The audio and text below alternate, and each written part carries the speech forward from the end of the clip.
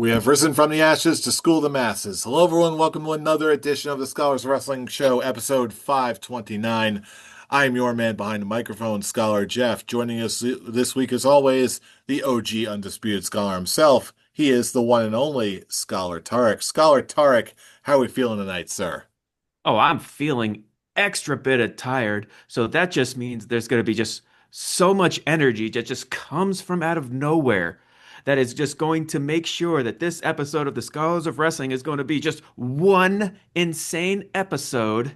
And I'm just going to just go ahead and just look forward to all the internet wrestling community bitching and moaning about Gunther being in the finals and going to win the John Cena last time is now tournament. And I'm just going to go ahead and drink the tears of all those whiny little bitches.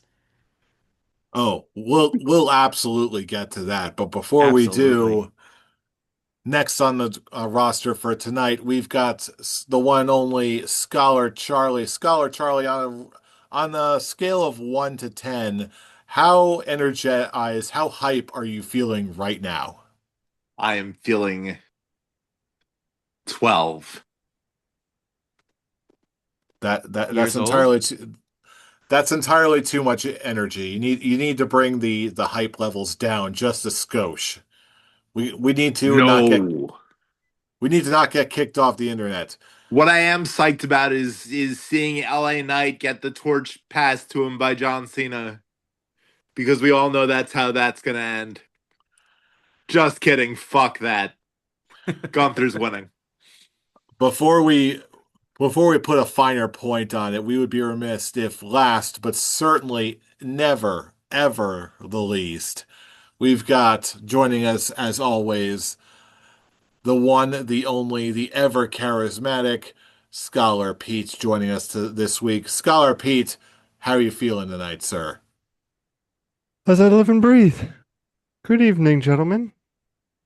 What a fine evening it is. What an Eddie Kingston promo that I just adored on AEW made me tune I in to know, right? watch. I mean, man, if he does not win next week, there is something wrong with AEW. They Oh are my the he, god. let me tell you something. Eddie Kingston for the win, gentlemen. I just wanted to get that out for you, for the wrestling fans. I am with you. Eddie, he's our champ. He's our champ. I can't wait for next week. Back to you, Jeff. Oh yes, there's certainly so much to enjoy this week in professional wrestling. Isn't that right, Scholar Tarek? Sure. And of course, with that a ridiculously obsequious intro, we are going to go into the highlights of this past week in wrestling. But of course, we're coming off the heels of one of the biggest pay-per-views that WWE has to offer. So of course, we gotta kick things off right, and we have to go over the highlights and lowlights of this year's Survivor Series, the recap from 2025. So with that, let's just dive right in. What were your initial thoughts on Survivor Series? Because I'll be honest, I went in wanting to love this show, but given what we saw just recently from not just AEW, but from WWE on its own merits, did anyone else have this feeling that Survivor Series seemed more than a little lackluster this time around? I'm just gonna just go ahead and give my facial hair rating just right off the bat, just to give an example of just how I felt from this show, Survivor Series War Games 2025. Ball games. I'm gonna give it a peach fuzz Ooh. because it was a. I'm not saying there was anything bad. It was just a very there pay-per-view. It didn't feel like anything. And the biggest highlight to come out of it was just that final segment of not just who was it the masked man that cost the faces the victory. It's Austin Theory. Uh but oh, looks like Roman Reigns is on his way to facing Cody Rhodes for another world championship match at WrestleMania. Yay. And if that's the biggest thing that actually come out of this, where you also have a very, I'll just call them very lackluster War Games matches, where they got rid of the shark cages because now this is a company that is more focusing on entrances more than the matches themselves. And like pretty much, like, oh, once the full entrances come, the match lasted for not even 5 minutes. And that just gives you a sign where, okay, all the important stuff was just before the match even started, and most of them were just entrances. That's essentially what this was. The women's match was just a little bit longer, like around 8 minutes. Same argument. I honestly ended up not caring. I wasn't on the show last week, but I predicted John Cena to win, and I immediately regretted it because I'm just like, this is all. It's like, oh, John Cena just won the Intercontinental Championship. I don't want him to just lose it. He's like win it and then lose it in his first title defense. And then I remember this is exactly what John Cena does. It's what he did for most of his career with most of that to get to that 17 World Championship uh, reigns. So, okay. And also our Jersey girl, Liv Morgan came back. That's the big twist that came out of it. Now it's leading to okay, the Judgment Day are going to try and be super relevant again. Okay, Stephanie Verker versus Nikki Bella. We all knew what was going to happen on this one, except for Jeff because he should have known better. Uh, Just for the record, I am going to repeat myself. I am very glad to be proven wrong. Continue. although I will continue to make this argument. The Devil's has to be one of the dumbest moves I've ever seen for a wrestling move, but if it's for some kind of dirty move, I will do that. I will have that any day of the week. But Nice rebound. seriously, when I just see it done as a wrestling, I'm just going, just stop. I'm not going to do the twerking like I did the last time I complained about this move. So don't don't get your hopes up. There's only so much I could show my ass on Scholars of Wrestling. Um, but yeah, overall, I just felt I didn't go in with high expectations, and they failed, in my personal opinion, the low expectations I had for this. So it just left me disappointed. I'm not interested. I mean, uh, Peach Fuzz all around. I enjoyed the blood and guts matches more, and I really like tried, but this is you could just tell the differences between WWE and AEW when it comes to just their presentation of their products. Is one is trying to give a balance of wrestling and story, where one is more focusing on story over wrestling. And yeah, it's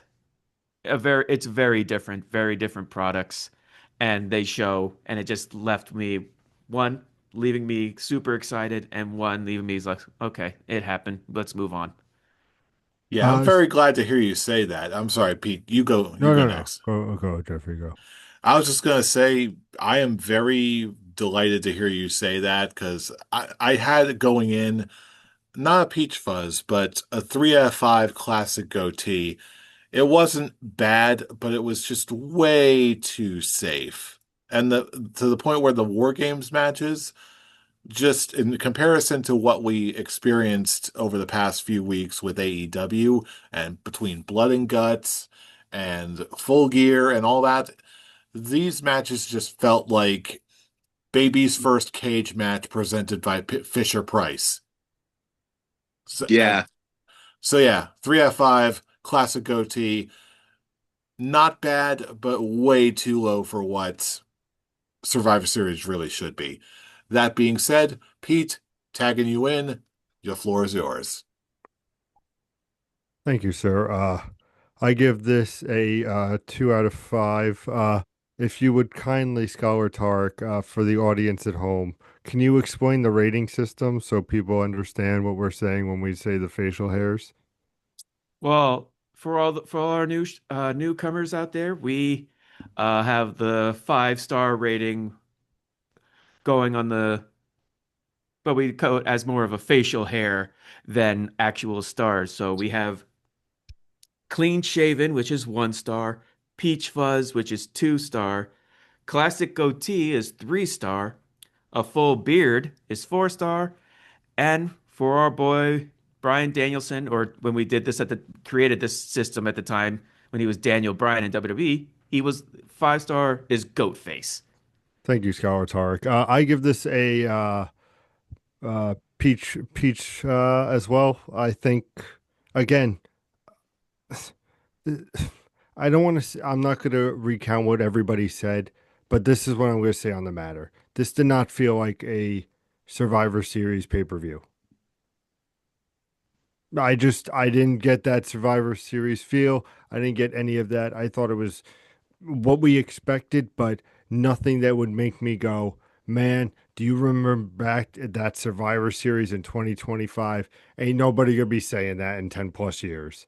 It gets a 2 out of 5 for me. Close this out. Mr. Charles, what do you think? You guys are cruel on your ranking system here. I'm not gonna say it was a goat face, but I'm with Jeff on the goatee on the classic goatee.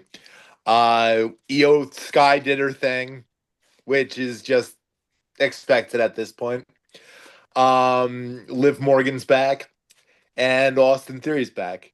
Those three things were enough new to come out of this event for me to somewhat enjoy watching it. So I give it 3 out of 5. Fair enough. But I now, just gotta say, yes. like, this is the like fourth or fifth year that they've had the War Games Hmm. stipulation added to Survivor Series. And the past few years, each of them were something spectacular that actually brought something to the point where I'm just going, I cannot wait to see what happens in the future, and which would eventually lead to Royal Rumble and build to WrestleMania. This one just didn't. As Jeff put it, it was way too safe, and it was too safe to a point where I didn't find anything really enjoyable. I'm just watching there and I'm just basically going, okay, this is happening. All right, let's see what's happening. Da, da, da, da, da. I that's pretty much how I was watching it. Just was just looking at my phone, going, okay, so this is happening. Oh, look at that. EO once again jumped off the cage in a can. Okay.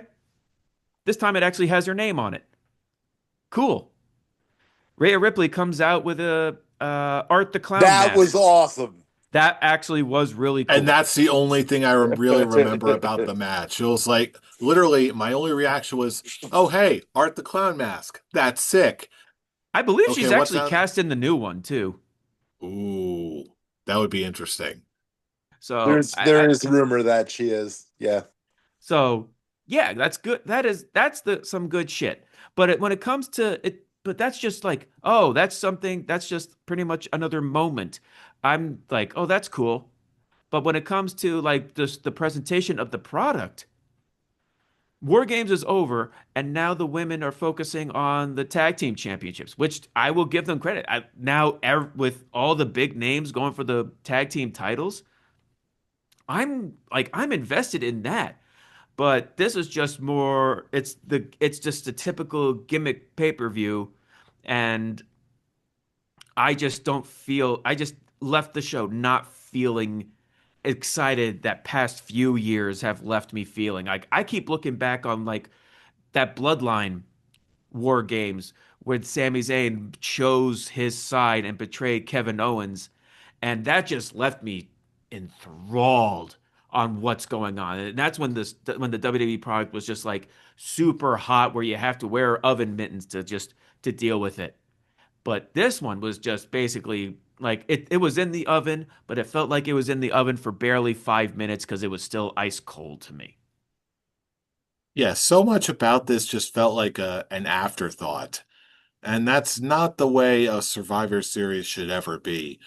Whether or not they mix it up and they just go back to a traditional Survivor Series match or limited to one War Games match, depending on what the actual storyline is, they definitely got to mix it up more for next year. But thankfully, it does seem like WWE is mixing it up in other ways elsewhere.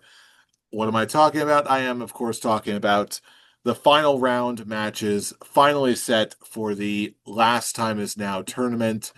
Our two competitors in the finals are LA Knight and Gunther.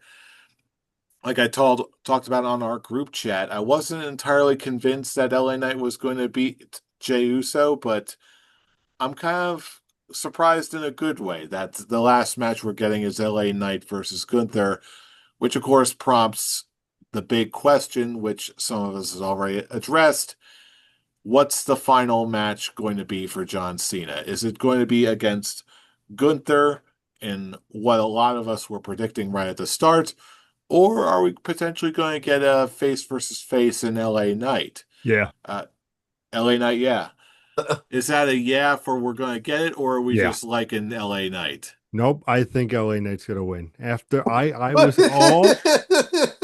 was all in on Gunther, boys. I was.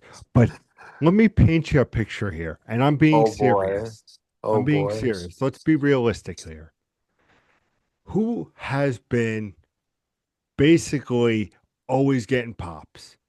LA Knight. Who talks great on the mic and sounds like Stone Cold, or he sounds like The Rock, whatever the which one. The fact of the matter is, here's where I'm going with this. Why does Gunther need this? He doesn't. Gunther is a beast of his own.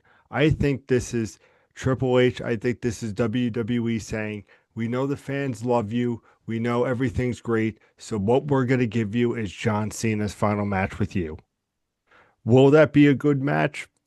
That's to be decided. But I think of generally how he's been with the company and how people have perceived him with the hype he gets, with the promos, with the people behind him. This is Triple H saying, thank you. We're going to have you beat Gunther and you're going to go against John Cena. I believe. I almost believe that you believe for just one moment. Anyone else care to jump in with their predictions? Tarek, I believe I know what you're doubling down on your destiny right here. Pete, you you said it in your little spiel there. Is Can LA Knight have a good match with John Cena? I don't know. But do you 100%. know who but do you know who can have a wrestling match with anybody and make the person look like $1 million both offensively and defensively? Sir, And I'm that My is not. God. someone that Gunther has. Does he need to have this? Probably not. But who gives a shit? Because he can just continue to have accolade after accolade. The guy who was Goldberg's final opponent, the guy who was John Cena's final opponent, and gave both guys some of their best matches. And I'm saying that with Bill Goldberg, who is at a time, he's at a point where he does not have good wrestling matches anymore, where he is nothing more than just play the best.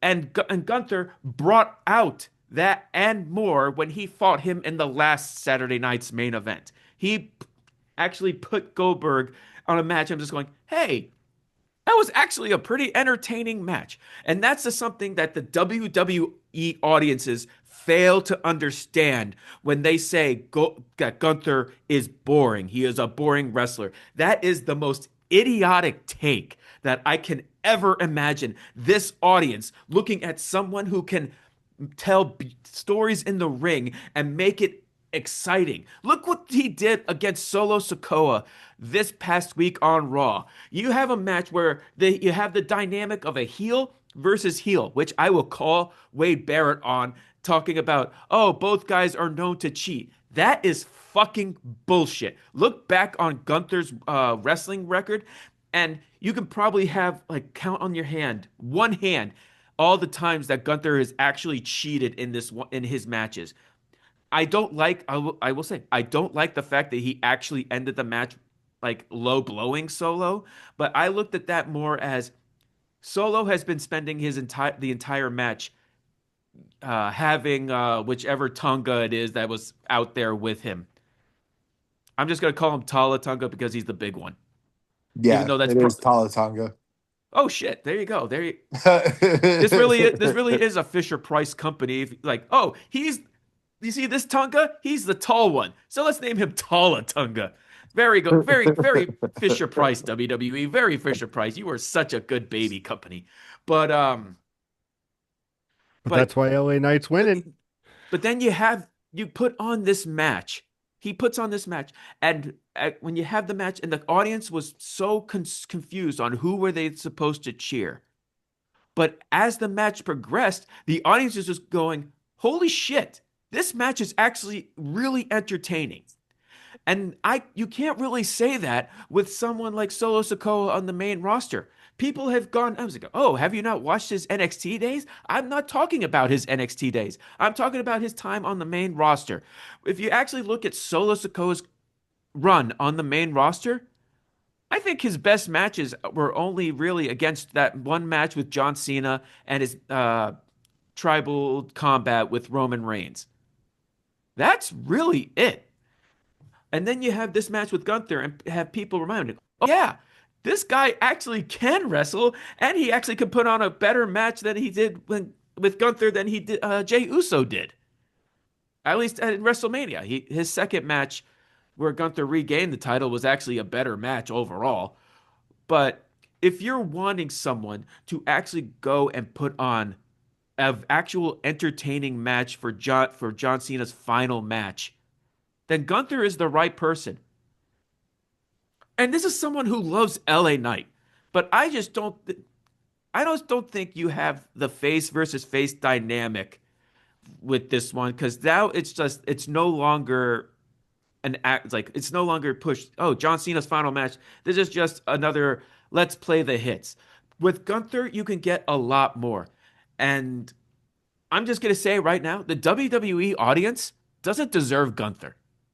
They don't deserve that because how much they are so babied on how they think a professional wrestling match should be, where you have someone like this and they just like, oh, he's a boring wrestler. He's just nothing but chops and a power bomb. That's all he is. But No, the best thing is when they call him a five-move wrestler.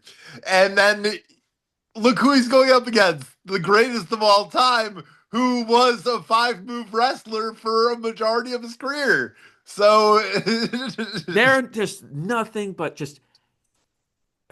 I'm gonna go for our patriarch, ignoramuses. I'll tell you what, I there must be something in the water here because just for this match in particular, I feel like I have never heard so many ice cold takes about what should happen or how this or who should face him or should they win, should they lose. Like every single ice cold bad take I've ever heard all seems to congregate around this match, and I'm not entirely certain why yet. Maybe by the time we hit the Scully Awards later, we'll have a little bit more insight as to why that might be. But for right now, yeah, I think we've got our consensus. We're all doubling down on the Gunther train. it's not. I said, and And I will say actually, again. I wasn't sure if that was one of your classic funny bits. No, I think how WWE is going. I would not be Okay. surprised if they Okay. said, LA Nate, you know what?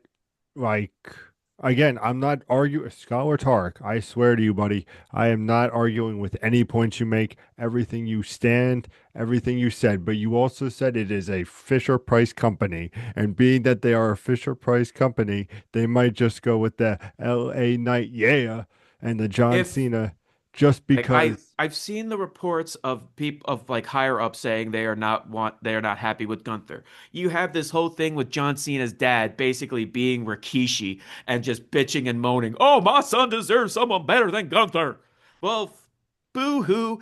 Drip your tears and sweeten my tea while I go ahead and just enjoy every sip of all you whiny little fuckers just going in and just saying that Gunther is such a boring wrestler and he doesn't deserve it. I'm like, all I'm just thinking is like, again, Gunther is too good for you because you do not deserve the greatness that he brings to the ring, that he brings to his character. He's not. He is such a great presence in this one. And now that we actually have his Walter theme back, and now is just I'm just here to make good matches.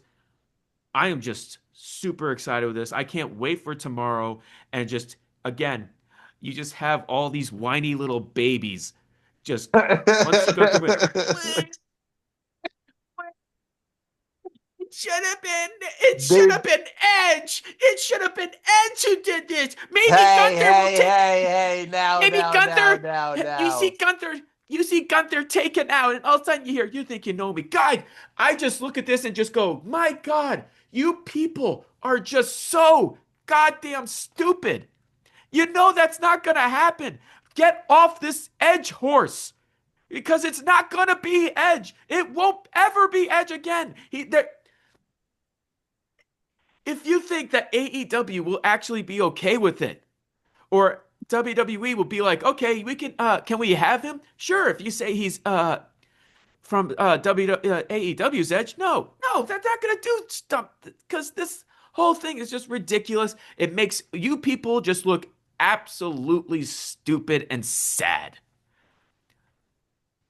Oh man, this whole thing is Uh, just it's it's grinding my gears, but it's So also just I cannot just enjoy all the people just losing their minds over someone who's actually being one of the safest workers and make a match that should not look good on paper that shouldn't look good on paper and actually put on an actual entertaining wrestling match. I too will be drinking the IWC's tears as Gunther beats John Cena and Gunther beats LA Knight. so, in response to all of that, in response to all these accusations of a Fisher Price company, thankfully we have another company that we can look at because AEW is cooking in the kitchen big time. The Continental Classic is really seriously delivering right now. And I think, as if our group chat is any indication lately, me and Scholar Brian, when Claudio defeated John Moxley, we were kind of expecting that maybe a betrayal would happen here. Brian's expecting like once it actually happens, which to be fair, it's they're actually starting to really lean towards that. But but at this point, Brian's been saying this for so long that it really is the Veer Mahan of scholars of wrestling. That I gotta really look back on how much he actually has brought this up because he brings it up for the past couple of months. And but I'm kind of also this glad that it's not just a whole it's like, oh, you lost, so we're better than you. We're too good for you. It's all that. But they are planting seeds. It'll probably be closer to World's End. I know Brian has actually said on our chat that he's pushed the goalposts back to World's End, and I'm just thinking, Oh, brother. Brian, you're probably gonna keep pushing those goalposts until it finally happens, and you just be like, there, called it, finally. Eventually. It well, better late than never. In all seriousness, I've seriously been enjoying this entire tournament so far. I've had Oh, same. some surprise victories here and there. I'm glad to see Claudio get such a big win over Mox. I feel like they're really priming Claudio for something big, especially after winning the CMLL title, which was totally surprised me, but it was a welcome surprise, I'm sure. And then with Darby Allin getting injured and not really knowing if he's going to be able to compete in the rest of the tournament, I've got a Scholar's Quick Talk for you all. With all of these developments and injuries and all that, does this affect how you see who's going to end up winning the Continental Classic at all? With Darby being injured? Between Darby being injured and some possible infighting between the Death Riders, and some possible infighting between the Don Callis family and their members in the tournament, do the act do the results of what you've seen over the past couple weeks, does this affect what you see as happening as in the at the end of this Continental Classic this year? Or do you think it's going to be more of the same? I'm convinced that this is the lead to Takeshita versus Okada. I'm still leaning towards that as the finals for this tournament, which is what but I think the highlights have been just seeing Kyle Fletcher really shine in this tournament. I love that Claudio won. I'm now looking forward to the inevitable CMLL World Champion Claudio Castagnoli versus IWGP Champion Takeshita. That is just Ooh. that is just something to look forward to. Uh, this weekend we're getting Takeshita versus Mox on Collision. That is just like it is just reminding me how much I love the C2. And I'm just also is extremely disappointed that it's just once again for the damn Continental title. I really wish that they would have had this like they did with the G1 and just have the winner go for a world title shot more than just a belt. Because I just personally, I guess we can kind of use this as a segue because I'm bringing him up. The reason they made this title is to give Eddie Kingston a Triple Crown win. And you know what? In that, it worked. I feel like, again, It's not to it. belabor the point in all seriousness. This is something we're going to argue so much because I still don't think it works. I still think this is a having it be for a title is such a dumb concept. It's now leading back to the argument that, like, oh, the unified title is just the international and the continental just being represented as one title instead of holding two belts because now you have Okada with the international title and they're all fighting for the continental title. It's just like, oh God, this is just now we have four mid card titles in AEW. That is just way too many mid card titles. Oh, I'm not fighting you on that part. I just like I'm not even going that far at all with any of this. I'm just like Marge Simpson with the potato and just looking at Eddie Kingston. I just think he's neat. Of course you do. You know who I think is neat? Who do you think is neat? Kyle Fletcher. Kyle Fletcher has been on an He absolute roll lately. he reminds me so much of Randy Orton on his rise. It's not even funny. You know what? With how you were That actually responding to him fits. with Goldberg, with Goldberg, with how you were responding to him at Full Gear, when his match with Yeah, he was the pretty boy Mark going into a Briscoe. hardcore match.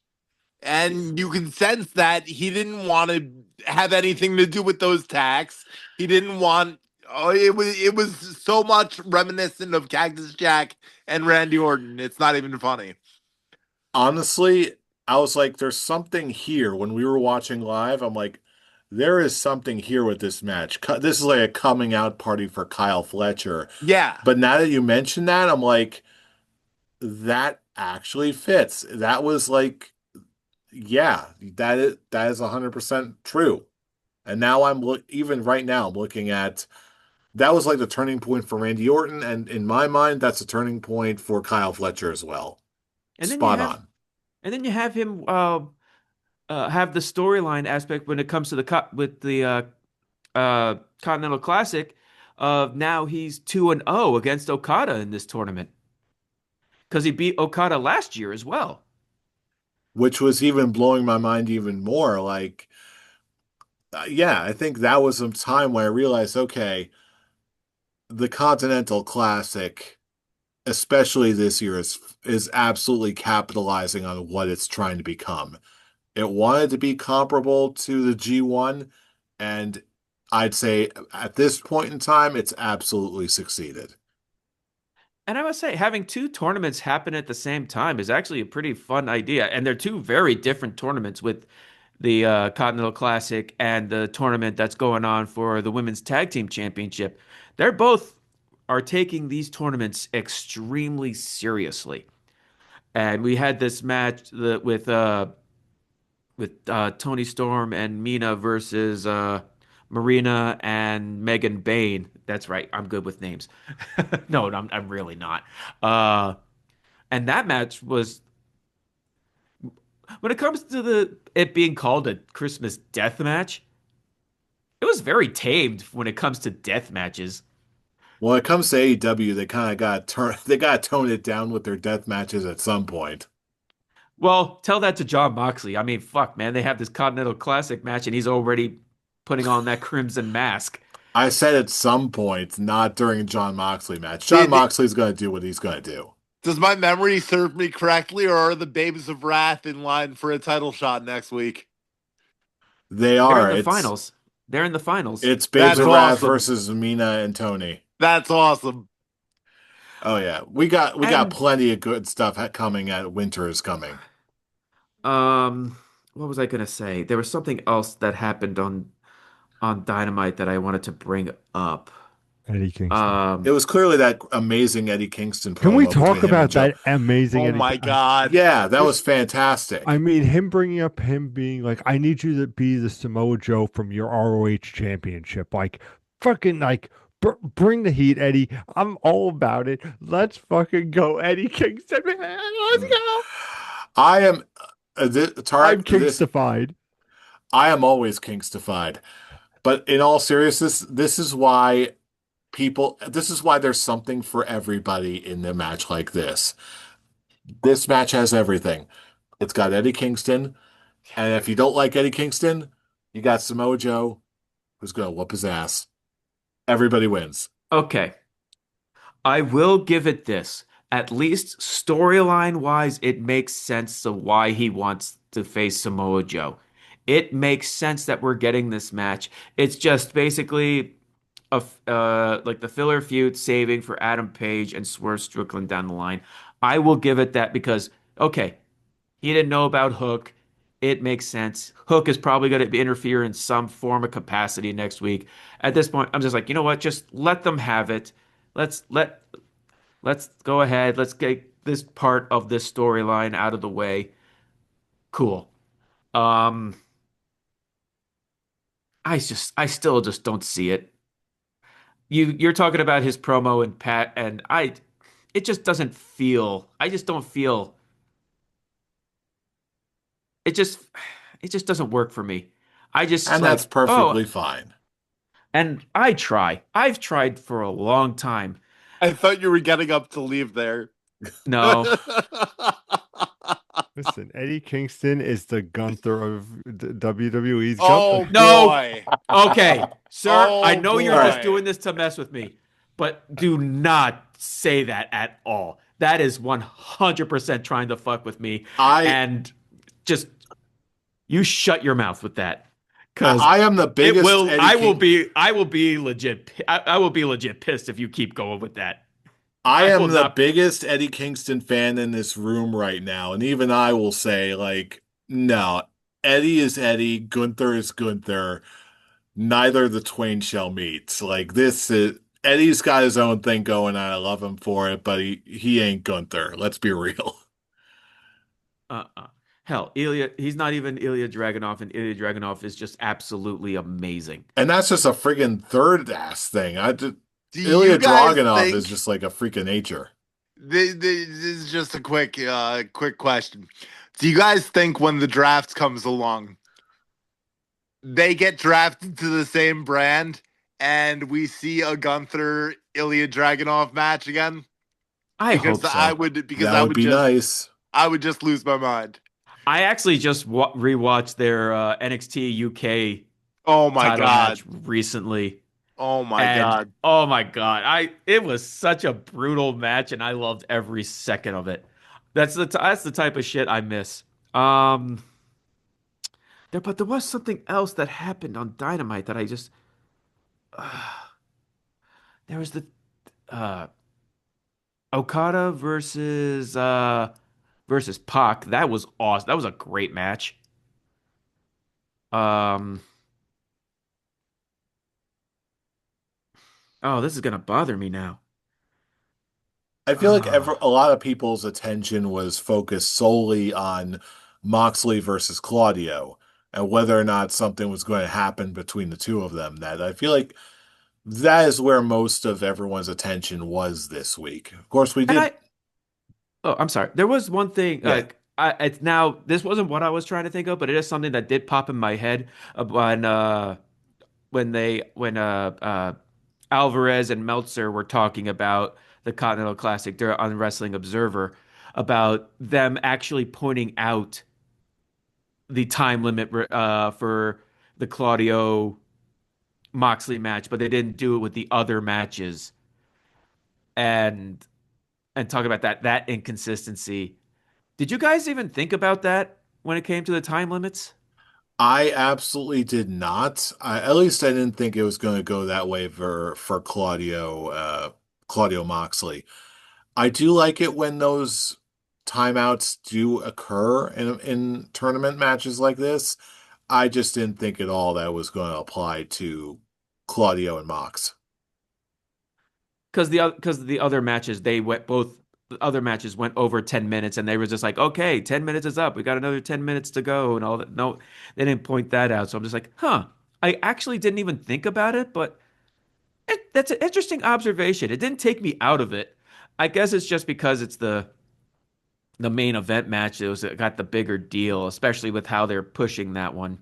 At least pushing that storyline. That's one of the big storylines, not just for the Continental Classic, but just for AEW in general, about just what it is going on in Moxley's head that's putting him at a point where you have Danielson on commentary. He's like, when I was a part of the Blackpool Combat Club, I didn't even beat Moxley, and that pretty much put him as rank as leader. And now you have Claudio winning. So it's like it's a big deal. So it's something that you notice for the Continental Classic, but then you also think about how is this going to affect AEW in the long run? So yeah, it's really entertaining. I am just all in on the C2. I'm all in on the women's tag team tournament. I'm invested in what's going on with the WWE side with the women's tag team tournament. I'm interested in Gunther and all that. I will say the like there are still for both companies things I'm very invested in, and just because I didn't have such a great time with the pay-per-view PLE doesn't mean okay, that part's over. Here's what we're focusing on, and I'm looking forward to it. I mean, fuck, man. Again, with Raw, that Braun Breaker promo, we didn't talk about that when we were on the Raw talk, but that was such a fire promo. Um, I'll give you guys with the Eddie Kingston promo. I still didn't see it, but at least you guys found something to enjoy from it. That's the just type of shit that makes me like, okay, this is what's making me enjoying what this is bringing Western wrestling wise. And now TNA has that deal with AMC, so now we actually have a wrestling show every day of the week except Oh boy. Sunday. We're eating good. We're eating good. Yeah, it's good. It's good in the neighborhood. Oh yeah, there's absolutely, especially now, especially with TNA, which I can actually watch again now. Sick. But in all seriousness, there's a little something for everybody. Not everyone's going to like the same stuff, but you know what? I'm getting fed. You're getting fed. Everyone's eating good in the neighborhood. So, and you know what? We're not done yet because we still have a little prediction show to go through today. Because Oh right yes. this weekend we've got NXT Deadline this weekend. So how about we make some predictions just for funsies, eh? Let's have some funsies with this. All right, let's have some Yeah. funsies. We got NXT Deadline 2025, and since our reigning champion Brian is not here right now, the first pick will go to the next person in line, which is me. And what's the first match on the card? Why, a blood feud for the ages. We've got All Ego Ethan Page, the NXT North American champion, defending his title against the legend of all legends. He Yes. is Mr. Iguana. And Mr. Iguana will, yes, indeed, have his time to shine. And he will become the new NXT North American champion. Will it actually happen? I don't know, but you know what? If I'm going to double down on any choice during this entire night, it's going to be this one. I am going for Mr. Iguana to become the new NXT North American champion because that's the kind of world we're living in these days. Charlie, it's your pick up next. Which way are you going on this one? These are pixies for funsies. So, what more funsies could we have than Mr. Iguana winning a championship? Mr. Iguana for the win. Pete, you charismatic stallion. Which way are you going? Well, growing up, when I had a pet iguana, I named him Leroy Jenkins. That's it. Mr. Iguana for the win. And Tarek, are we forming a consensus here, or Oh, are we're you? absolutely we're forming a consensus here. Hell I want to yeah! see Mr. Iguana win the championship. I want him to redub it as the Central American Championship. And I want his pet iguana to have a little North American championship for us. Layeska gets a. You just get like one of those little mini wrist things for the kids, and you just put it over Yes. Layeska. I want to see that Yes. now. That's fantastic. Oh, brother. All right, we need to stop having fun here. This is serious business. Charlie, it's your pick up next, and your match is in a grudge match, Tatum Paxley versus Izzy Dame, the one who cost her the NXT Women's Championship. Charlie, which way you going on this one? See, I got the But listen face. to your heart. You know what? Let's go with. Wait, who do I have for? I have a face, face, Let's go with, and a wait, who do I face. have? Yeah. I'm going to No, say, I'm wait a going. minute. I'm going all faces aside from this match. So let's go with Izzy Dame. All right, that's one for Izzy. Pete, how about you? Growing up in high school, there was a crazy girl in the back called Izzy, and my God, we went behind the bleachers and we had fun with our pom poms. Is that what you call it? That's what the kids called, like that 6'7" that you hear nowadays. Oh, you don't pay attention to what the kids are doing anymore. Tarek, help us out here. Which way you going? I didn't want that shit on Scholars of Wrestling. God damn it, I hear that enough at home. Ugh. All right. Goddamn kids.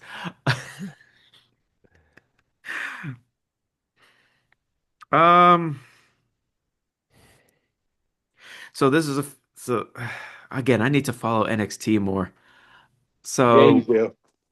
so is this like the start of their feud? Like how long have they been feuding? Is this their first match against one another? Yeah. All right, then yeah, I'll go with Izzy just to get that just to keep this feud going. I'm sorry, that was Izzy you're going I'm gonna for? go with Izzy. Huh. I'm actually surprised by this. I'm actually going to go for Tatum. I feel like Tatum is on a roll here.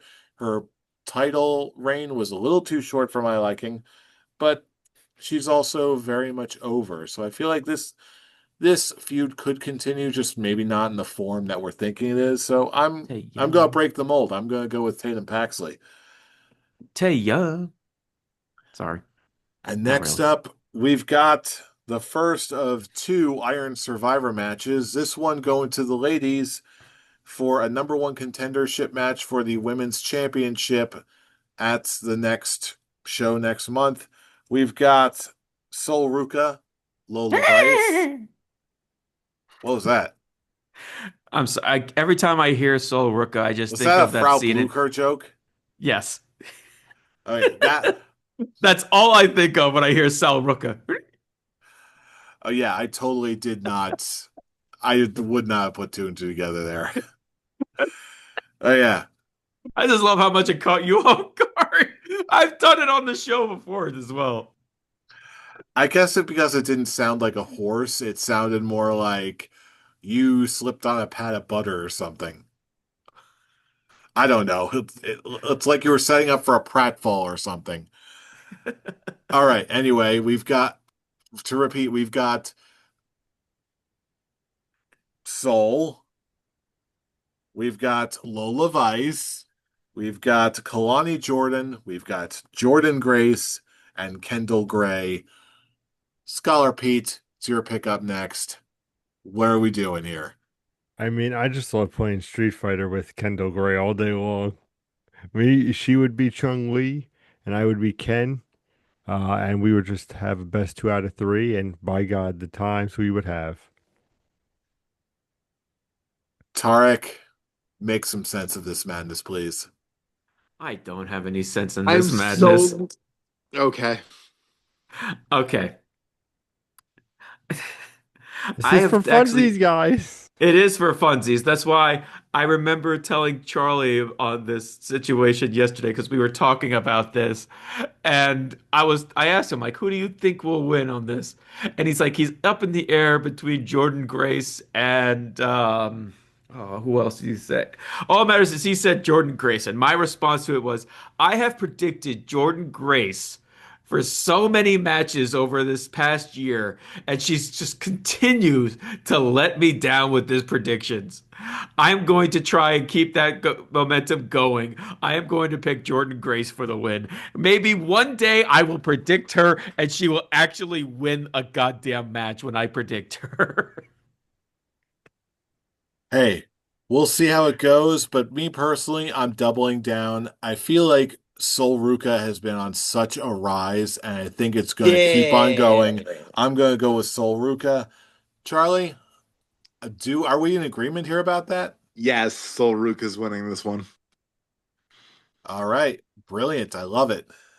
And next up, we've got the men's Iron Survivor, where the winner gets a shot at the But NXT. Kendall Gray, really, Pete? Do you even know who that is? Didn't you hear? I play Street Fighter with all the time. She He's plays the Chung Li, and I Evolved play Women's Ken. Champion. Like, okay, okay. Just roll with it. We God. know Scholar Pete. She's He's like Wait the till- longest long shot in this match. Wait till you hear who I think the men is going to be. But Oh Jeff, back to boy. you. the men's Oh match. boy. The men's match features Javon Evans, Leon Slater, Joe Hendry, Dion Lennox, and Miles Bourne. Tarek, it's your first pick up next. Which way you going? You Totally missed who the participants are in this match. Let's see. Javon Evans, Leon Slater, Joe Hendry, Dion Lennox, and Miles Bourne. I'll go with Javon Evans. Okay. That I don't is have anything to go with. I'll just go with Javon Evans. I am going to go Oh, with wait. I do have. I was thinking about the back. I was even telling Charlie about the backstage Yeah, there you promo go. with Ricky Saints. I guess this is giving a little spoiler who I'm predicting for the world title match, but yeah, they threw hints on with Javon Evans Yeah, and Ricky Saints. Rocco. Yeah, Rocco. Yeah, Rocco. Well, for me, I am going to go with Joe Hendry just because I liked Joe Hendry. And I think I think I'm honestly split between Javon Evans and Joe Hendry here. I'm going to go with Joe Hendry just to be a little bit different. Charlie, how about you? Javon Evans for the win. Okay, we've got two for Javon, one for Joe Hendry. Oh Pete, boy. which way you going? Well, say his name and he appears. His name is Miles Bourne for That's the that's win. not a bad dark horse pick. Your other one is way off the charts. Hey, Miles Bourne is actually a great wrestler. hey, we're just we're setting new horizons here, aren't we? But you know what? We're not quite done yet because in our main event, we've got Ricky Saints defending the NXT Championship against Oba Femi. And for this one, in all seriousness, I feel like this one is one of the harder choices to make because they can Nope. go in a couple different directions with this, in my view. But for me, I am going to go with Oba Femi. I'm going to go with Oba Femi because I feel like whoever does not take the NXT Championship is liable to be called up. And I feel like either one of these guys could be called up very, very soon. But if we're gonna have a face winning the Iron Survivor, it only makes sense to have a big, strong, imposing heel to go against that. I could be wrong. I don't know if I am, but I'm gonna play the safe pick, and I'm gonna go with Obafemi for the win. Charlie, it's your final pick of the evening. Which way are you going? As Tarek said, their backstage promo was the writing on the wall. I'm going with Javon Evans for the Iron Survivor, and I'm going with Ricky Saints. Wow, I'm surprised I didn't say the other name. Ricky Saints for the win. All right, 1-1. Pete, it's over He's to Ricky you. Starks, okay? He'll always be Ricky Starks to me. In your heart. Pete, which way are you going? Let's be serious, gentlemen. There's only one Saint that's winning, and that's Ricky, because we all know the New Orleans Saints ain't winning anything anytime soon. Hey. Hey, I don't follow any actual sports. I can only assume that what you're saying is correct. Tarek, what is actually correct? I kind of spoiled it with my previous prediction, so I'm gonna go with Ricky Saints to retain. I think this is Obafemi's final match in NXT, and he's going to be joining the main roster. I don't know when. Honestly, I kind of would say have him win it, have him be called up after the Rumble because I would say not have him in the Rumble if you want to have him make a big impact when he joins the main roster, and not and having him just get eliminated later in the Rumble was probably not a good look for that. So, but yeah, I'm gonna go with Ricky Saints to win. Obafemi is main roster bound. All right, those are our predictions for NXT Deadline 2025, but we can't just finish up just yet here at the Scholars of Wrestling show because we got to end the show the proper way by showing you a quick preview of the amazing matches that you can see in the real greatest wrestling shows of the week. That's right, friends. We are talking about Saturday Night Slam Masters. I am, of course, your World Wildlife Fund Saturday Night Velocity World Champion. I am going to be joined this week by the AEW Collision World Champion, and we're going to give you previews of the very, very, very, very best of professional wrestling you will ever see in this or any other universe. You're up first, What? scholar Jeff. Oh, I can't help but notice that the AEW Collision World Champion doesn't have his belt. Well, you know what? That's just Jim Golly Dandy, because here at the World Wildlife Fund Scholars of Wrestling Saturday Night Velocity TM Champion Show, we're going to give you the very best in professional wrestling, and just like Little Caesars, we're always hot and ready with our very first match on the card. We've got in a special attraction tag team match. We've got in a mixtape on a pole match. We've got Oingo Boingo going up against Kid and Play. Yes, right, friends. We've got the amazing veterans of yesteryear going back and forth for one final time just for your viewing pleasure. But in our second match on the card, we're going to go even deeper down the rabbit hole. In a special produce pounding match, we've got Broccoli Bob going up against the one and only Chiquita Banana. That's right. Fruits or vegetables, take your pick. Which one is a healthier choice for you, and which is a healthier choice for your eyeballs and your viewing pleasure? But last, but absolute certainly not least, we will be seeing in our main event a match like ain't nothing you've ever seen before. A match you should probably never see again. A match that the World Wildlife Fund frankly didn't want to endorse. But we're going there anyway because we are trailblazers, we are tastemakers, and we are bringing the very best to you.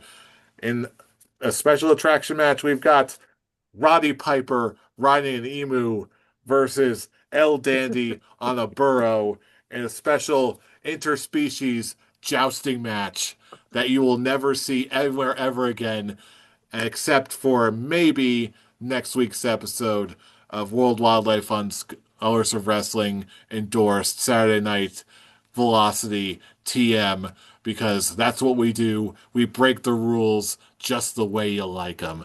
Pete, it's back to you. Well. Thank you, thank Oh you. boy. Ladies and gentlemen, if you don't want to see that just abysmal show, please, of course, come over to Collision. Of course, come over to your AEW Collision World Champion because we bring the best, and our best is match number one. Let me tell you something. You want spunk, you want pizzazz. You all remember Willy Wonka? Oh, yeah.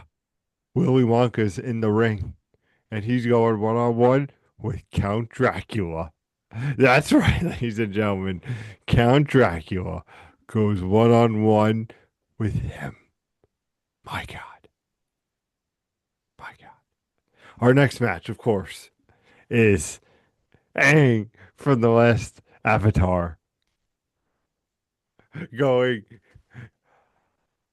against his rivals, Zuko, and of course, from the Fire Nation, Lord.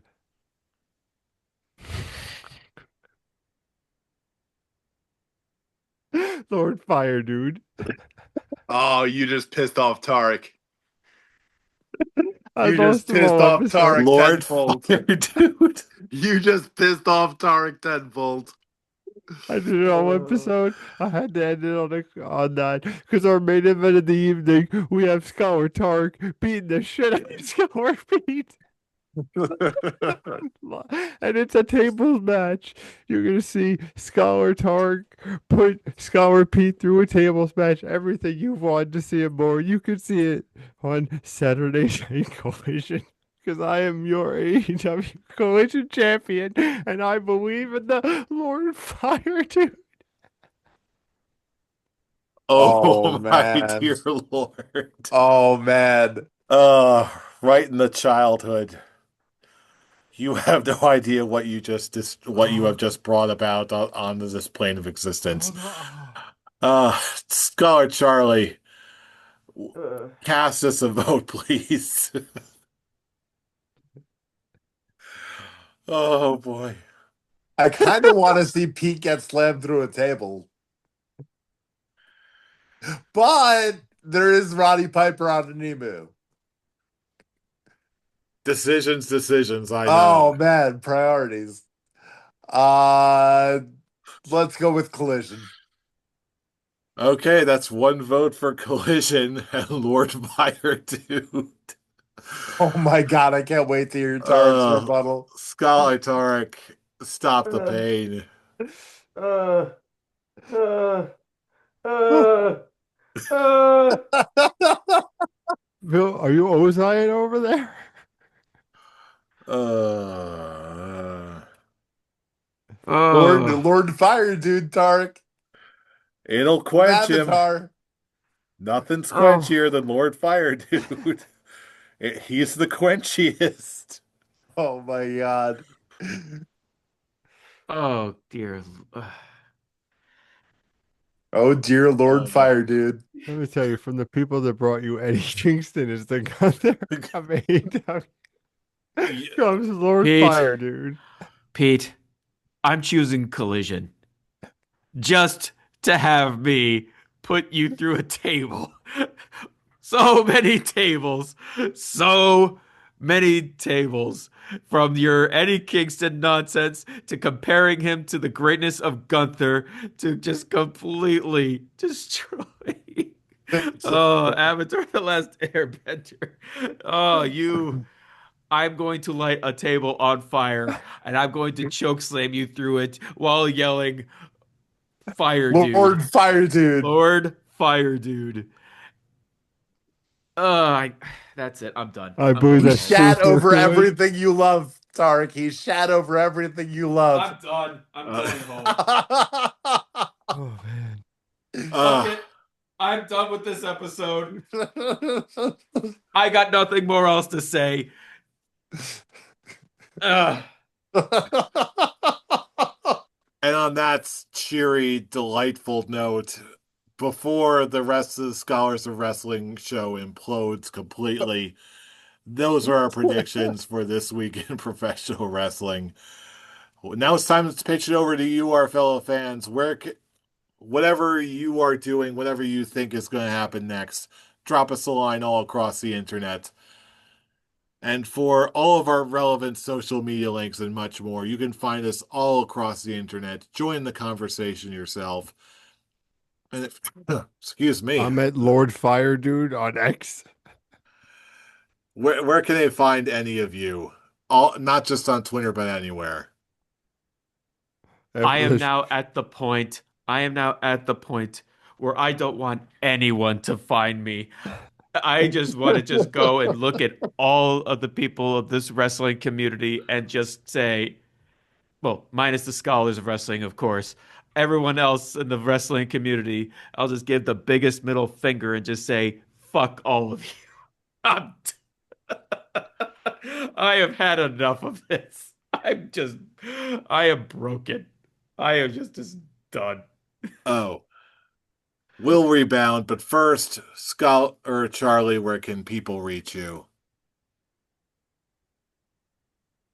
I am not on X, but you can find me at on Threads. I guess that would be next, right? Threads, Facebook. Sure, I Instagram? guess. Sure. Tony Redgraves one. And you can find me still on X at I'm Robbie Rage. And of course, for all of these relevant social media links and much, much more, check us out at our link tree in the description box below, wherever you get your podcasts or on YouTube at that's linktree/scholars of wrestling for more links, more activities, and more ways you can support the show.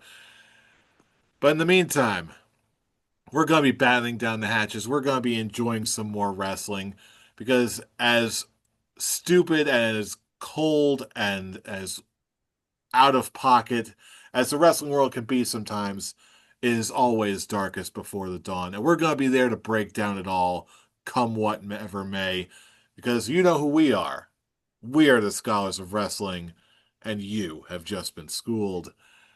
You're you're You're welcome. welcome. welcome. See you all for the end of some really great wrestling and all those great things to come.